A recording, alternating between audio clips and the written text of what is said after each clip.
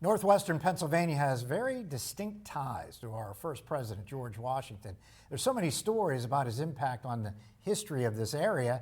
One of those stories involves the development of a small town in Warren County called Irvine. Yet our John Last wanted to find out about this presidential connection and how a little stone church fits into the story. He tells us what he learned in this edition of The Last Word.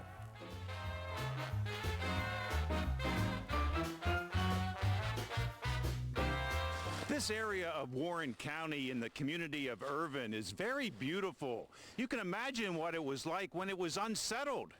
Our first president, George Washington, knew. Washington wanted to reward the Pennsylvania citizens who fought in the Revolutionary War. He decided to give them parcels of land in the wonderful wilderness area along Broken Straw Creek and the Allegheny River. Give them land, that was better than money, because at the time it was a new country, and what kind of currency do they have?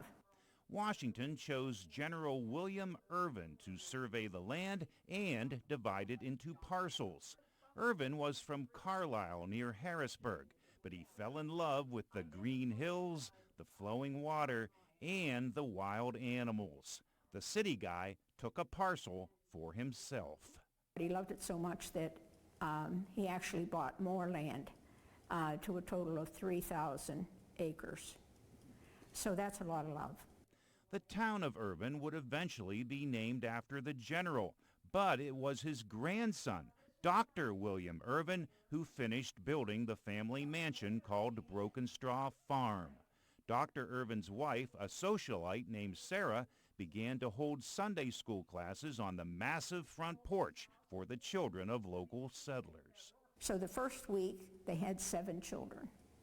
The second week they had 13 children. The next week it was a few more. In 1839, at the request of his wife, Dr. Irvine began building a little stone church for the community.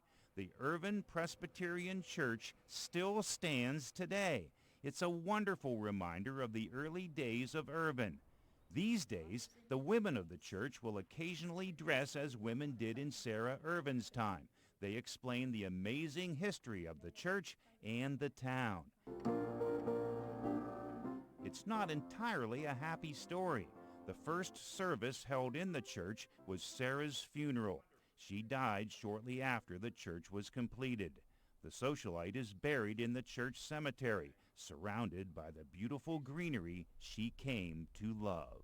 You have to think about Sarah. She came from a social life and creature comforts, and then moving to the wilderness. It had to be a big jump.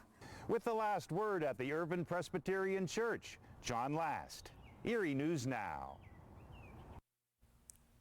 Nice little portrait there. And the women of the church will again be dressing up in their 1880s apparel, and we'll talk about the church's history during a History of the Erie Presbyterian Women's Association to be held this weekend. And by the way, the church is listed on the National Register of Historic Places.